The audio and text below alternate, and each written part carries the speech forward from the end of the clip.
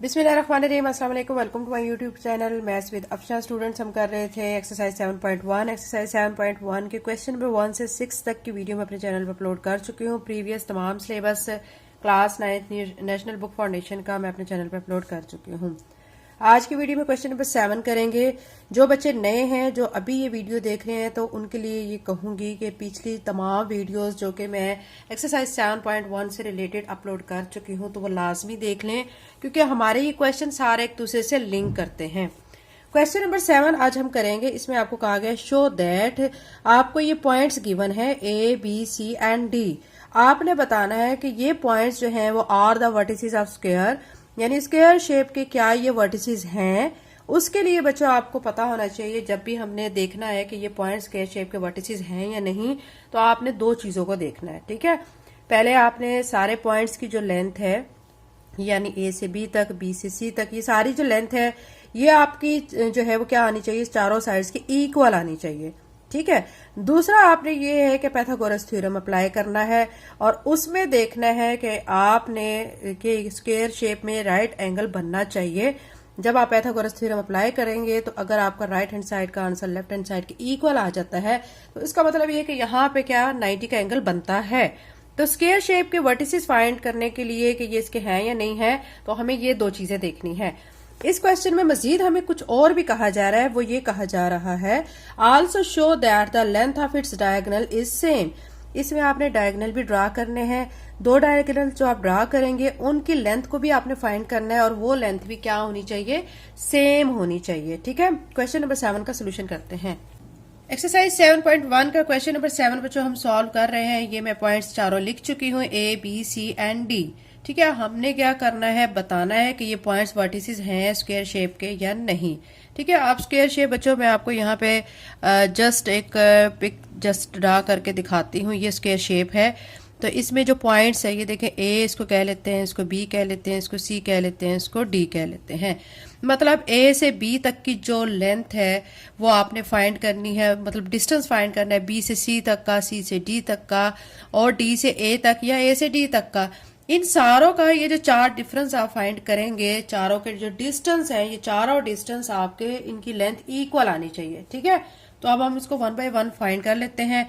हमने क्या क्या फाइंड करना है, एक तो ए बी मतलब ए से बी तक का डिस्टेंस फाइंड करना है, फिर हमने बी सी फाइंड करना है यानी बी से सी तक का डिस्टेंस, फिर सी डी फाइंड करना है सी से डी तक का, और फिर हमने ए डी फाइंड करना है ए से डी तक का डिस्टेंस। ठीक है, 1 बाय 1 इन डिस्टेंस को फाइंड करेंगे।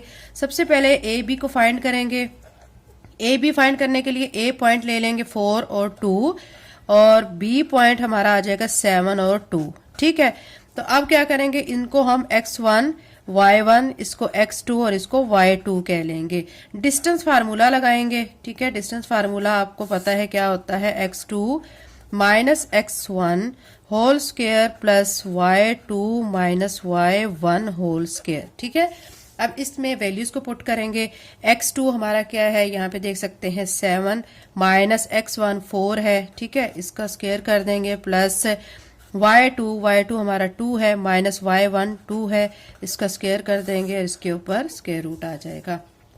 अब 7 में से 4 को माइनस करेंगे तो 3 आएगा, इसका स्क्वायर प्लस 2 में से 2 को माइनस करेंगे 0, इसका स्क्वायर आ जाएगा।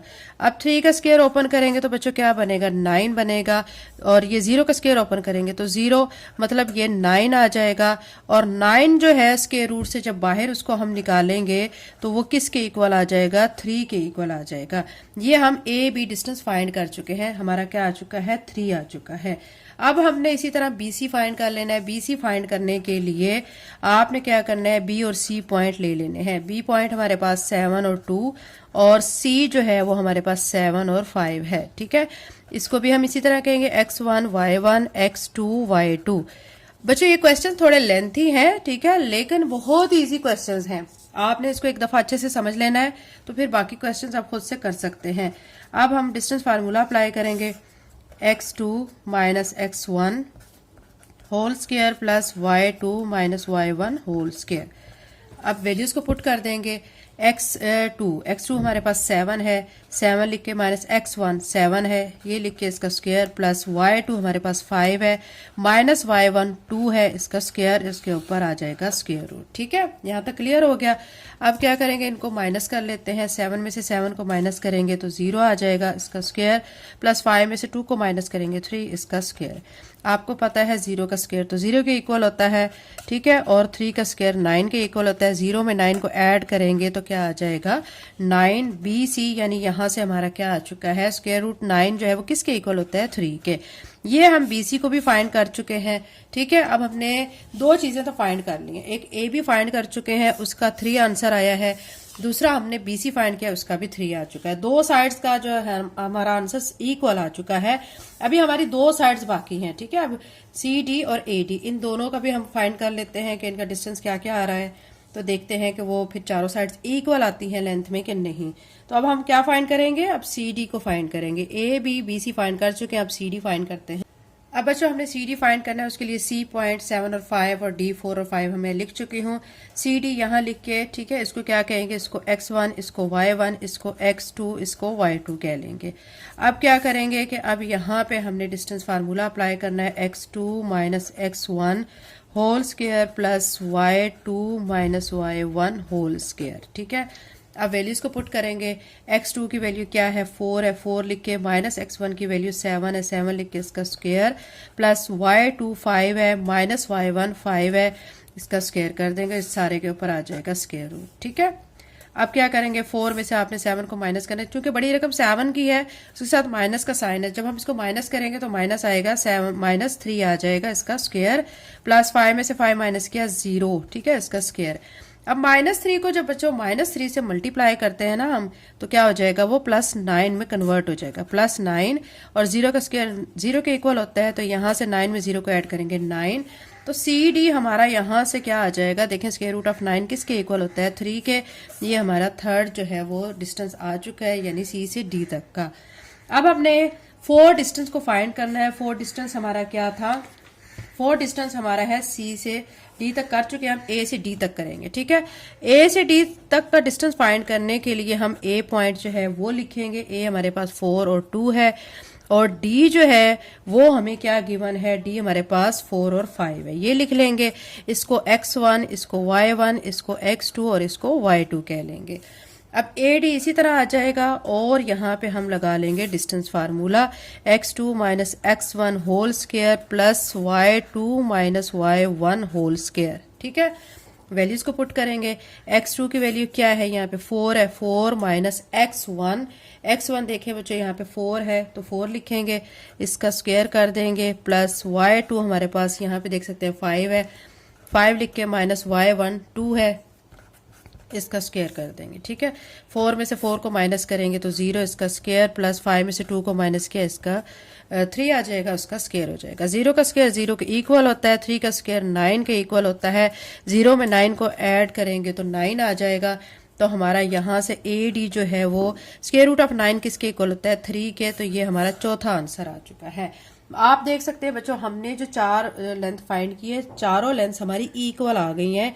इट्स मीन कि एक चीज तो क्लियर हो गई है कि ये जो हमें पॉइंट्स गिवन है ये वर्टिसेस ऑफ स्क्वायर शेप ही हैं। ठीक है, ये चीज क्लियर हो गई। लेकिन अभी हमने इसकी दूसरी चीज को भी फाइंड करना है कि इसमें 90 का एंगल बनता है या नहीं। ठीक है, उससे पहले बच्चों हम क्या चीज फाइंड करेंगे, हमें क्वेश्चन में एक और चीज कहा गया था। हमें ये कहा गया था कि इसके जो डायगोनल है वो भी आपने बताना है कि वो लेंथ में सेम है या नहीं। ठीक है, अब बच्चों हमें इसमें क्वेश्चन में कहा गया था कि हमने इसमें इसके डायगोनल्स को भी देखना है कि वो लेंथ में सेम है या नहीं। तो पहले तो आपको बच्चों मैं बता देती हूँ कि ये देखें, ये जो शेप है स्क्वायर शेप है, रफली ड्रा कर रही हूँ। ठीक है, इसको मैंने क्या कहा था, ए बी सी डी। अब इसमें जो एक डायगोनल ये ड्रा किया है ये ए सी है, दूसरा डायगोनल क्या ड्रा कर रहे हैं, बी डी। ठीक है, अब इस ए सी और बी डी को आपने देखना है कि ये इनकी लेंथ इक्वल आ रही है या नहीं। ठीक है, फॉर मैं लिख लेती हूँ, फॉर डायगोनल ए सी। ए सी के लिए मैं क्या करूंगी, मैं ए पॉइंट ले लूंगी। ठीक है, ए पॉइंट हमें क्या गिवन है, वो दिया गया है 4 और 2, और सी पॉइंट हमें क्या गिवन है 7 और 5। ये लिख लेंगे, इसको x1 कहेंगे, इसको y1, इसको x2 और इसको y2 कहेंगे। ठीक है, ये लिख लिया। अब आपने AC लिखने के बाद डिस्टेंस फार्मूला लगाना है, x2 minus x1 whole square plus y2 minus y1 whole square. Values को पुट करेंगे। x2 की वैल्यू क्या है 7 है, 7 माइनस x1 की वैल्यू 4 है, इसका स्क्वायर कर देंगे माइनस करके। ठीक है, y2 हमें क्या गिवन है 5 माइनस y1 2 है, इसका स्क्वायर। 7 में से 4 को माइनस करेंगे 3 आ जाएगा, इसका स्क्वायर, प्लस 5 में से 2 को माइनस किया 3, इसका भी स्क्वायर आ जाएगा। ठीक है, AC लिख के अब आपने 3 का स्क्वायर ओपन करेंगे तो 9, इधर भी 3 का स्क्वायर ओपन करेंगे 9, 9 में 9 को ऐड करेंगे तो 18 आ जाएगा। ये मजीद सॉल्व नहीं हो सकता, तो AC हमारा क्या आ चुका है स्क्वायर रूट ऑफ 18। ये एक डायगोनल आ चुका है। अभी हमने दूसरे डायगोनल BD की भी लेंथ को फाइंड करना है। अब मैं यहाँ पे लिखूंगी फॉर डायगोनल BD। ठीक है, BD को फाइंड करेंगे। तो अब BD के लिए हम क्या करेंगे, B और D पॉइंट लेंगे। B पॉइंट हमारे पास क्या है, वो 7 और 2 है, और D पॉइंट हमारे पास क्या है 4 और 5। इसको x1 कहेंगे, इसको y1, इसको x2 और इसको y2 कह लेंगे। ठीक है, ये लिखने के बाद अब आपने लगाना है डिस्टेंस फार्मूला और फिर वैल्यूज को पुट करना है। तो यहाँ पे मैं लिख लेती हूँ x2 minus x1 whole square plus y2 minus y1 whole square. Values को पुट करेंगे। x2 की वैल्यू 4 है, माइनस x1 की वैल्यू 7 है, इसका स्क्वायर, प्लस y2 जो है हमारे पास क्या है 5 माइनस y1 2 है, इसका स्क्वायर। 7 में से 4 माइनस करेंगे 3, माइनस 3 आ जाएगा। चूंकि बड़ी रकम 7 के उसके साथ माइनस का साइन है तो यहाँ पे माइनस आएगा, इसका स्क्वायर। 5 में से 2 को माइनस किया 3 आ जाएगा, इसका भी स्क्वायर। ये चीज़ मैं पहले ही आपको बता चुकी हूँ। -3 को जब -3 से मल्टीप्लाई करेंगे 9 आ जाएगा। यहाँ पे 3 का स्क्वायर ओपन करेंगे तो 9 आ जाएगा। तो BD हमारा क्या आ चुका है, 9 में 9 को ऐड करेंगे 18 स्क्वायर रूट। आप देख सकते हैं हमने 2 डायगोनल्स फाइंड किए हैं। ठीक है, कौन कौन से, AC और BD। तो AC जो हमारा वो क्या आ चुका है स्क्वायर रूट ऑफ 18, ये हमारा, ठीक है, ये एक आंसर है। दूसरा हमारा BD है स्क्वायर रूट ऑफ 18, ये आंसर है। दोनों की लेंथ इक्वल है, तो आप यहां पे लिखें both diagonals are same in length. ठीक है, दोनों डायगोनल्स की लेंथ क्या है, सेम है। ठीक है, ये चीज हो गई है। अब हमने एक और चीज को फाइंड करना था। वो क्या फाइंड करना था कि हमारी स्क्वायर शेप में राइट एंगल बन रहा है या नहीं। ठीक है, वर्टिसेस बताने के लिए आपके पास एक तो चारों साइड्स की लेंथ इक्वल होना जरूरी है, दूसरा आपने राइट एंगल को भी देखना है। उसको देखने के लिए आपने क्या लगाना होता है, पाइथागोरस थ्योरम। पाइथागोरस थ्योरम जो है वो आपको मैं बता चुकी हूँ। देखें यहाँ पे मैं आपको इस शेप बना के बताती हूँ। ये देखें, ये शेप है ABCD। तो ये अगर हम डायगोनल लगाते हैं, बनाते हैं इसमें, ठीक है, तो ये जो चीज है, ये वाली चीज A से C, ये क्या होती है, इसकी हाइपोटेन्यूज कहलाएगी। ये क्या कहलाएगी, बेस। B से C तक क्या कहलाएगा, परपेंडिकुलर कहलाएगा। तो अब हमने स्क्वायर शेप को देखना है कि ये वाकई स्क्वायर शेप है या नहीं है। तो अब हम क्या करेंगे, पाइथागोरस थ्योरम लगाएंगे। थ्योरम में वैल्यूज को पुट करेंगे। इसमें आप क्या लिख सकते हैं, hypotenuse square is equal to base square plus perpendicular square. ये लिख के, हाइपोटेन्यूज हमारा AC है, ठीक है, AC लिखें, इसका स्क्वायर। बेस हमारी क्या है, AD, इसको लिख लें, ठीक है, बल्कि AB है, बेस हमारी AB है, इसका स्क्वायर, और परपेंडिकुलर हमारा BC है, इसका स्क्वायर। अब आपने इसके अंदर कर देनी है वैल्यूज को पुट। आप देखें AC क्या दिया गया है, आपके सामने मैं लिख चुकी हूँ, स्क्वायर रूट ऑफ 18, इसका स्क्वायर। AB हमारे पास क्या गिवन है, ये हम शुरू में फाइंड कर चुके हैं, 3, इसका स्क्वायर, प्लस BC भी 3 है, इसका स्क्वायर। ये स्क्वायर स्क्वायर रूट से कटेगा तो 18 आ जाएगा। 3 यहाँ पे 3 का स्क्वायर ओपन करेंगे 9, और यहाँ पे भी 3 का स्क्वायर ओपन करेंगे 9। 9 में 9 को ऐड करेंगे 18। ठीक है, हमारी दोनों साइड्स इक्वल आ चुके हैं। एक साइड पे 18 है, दूसरी साइड पे भी 18 आ चुका है। इट्स मीन कि यहाँ पे क्या बन रहा है, 90 डिग्री का एंगल बन रहा है। तो क्या हुआ, फिर दोनों चीजें साबित हो गई हैं। यानी जो पॉइंट्स हमें गिवन है वो सारों की जो लेंथ है, ठीक है, चारों साइड्स की लेंथ इक्वल आ चुकी है। 90 का एंगल भी इसमें बन चुका है। तो इस मीन के ये जो पॉइंट्स हमारे हैं सारे, वो क्या है, वर्टिसेस ऑफ स्क्वायर। अब बच्चों हमारा जो है 18 किसके इक्वल आ चुका है, 18 के। तो मतलब ये है कि यहाँ पे 90 का एंगल बन रहा है, ये भी क्लियर हो चुका। अब हमने क्या करना है कि फाइनल आंसर लिखना है। फाइनल आंसर लिखने के लिए आप क्या करेंगे, hence length of all sides equal. ठीक है, इक्वल लेंथ आ चुकी है। So given points are vertices of square.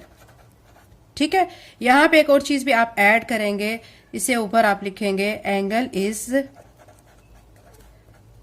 90 degree. ठीक है, अब ये फाइनल आंसर आप क्या बनेगा, आपका angle is 90 degree, hence length of all sides and hence length of all sides are equal, so given points are vertices of square. ठीक है, तो ये बच्चों हमारा क्वेश्चन कंप्लीट हो चुका है। एक दफा फिर से बता दूं कि हमने जब भी किसी पॉइंट्स को देखना है कि वो स्क्वायर शेप के वर्टिसेस हैं या नहीं, तो हमने क्या करना है, दो चीजों को चेक करना है। सारी जो साइड्स हैं उनको हमने फाइंड करना है कि इनकी जो लेंथ है इक्वल आ रही है या नहीं। दूसरा, पाइथागोरस थ्योरम को अप्लाई करके हमने ये भी चेक करना है कि इसमें 90 का एंगल बन रहा है या नहीं। तो वो आपको कैसे पता लगता है कि 90 का एंगल बन रहा है या नहीं, जब आप पाइथागोरस थ्योरम अप्लाई करते हैं तो उसकी दोनों साइड्स का आंसर अगर आपका इक्वल आ जाता है तो इसका मतलब है कि यहाँ पे 90 का एंगल बन रहा है। तो ये बच्चों हमारी एक्सरसाइज 7.1 का क्वेश्चन नंबर 7 कंप्लीट हो चुका है। नेक्स्ट वीडियो में इंशाल्लाह बाकी के क्वेश्चंस करेंगे। अगर आप मेरे चैनल पे नए हैं और अगर आपने चैनल को सब्सक्राइब नहीं किया तो काइंडली सब्सक्राइब करें, वीडियो को लाइक करें, बेल नोटिफिकेशन ऑन कर लें ताकि जैसे ही मैं वीडियो अपलोड करूं आपके पास नोटिफिकेशन आ जाए। Thank you and Allah Hafiz.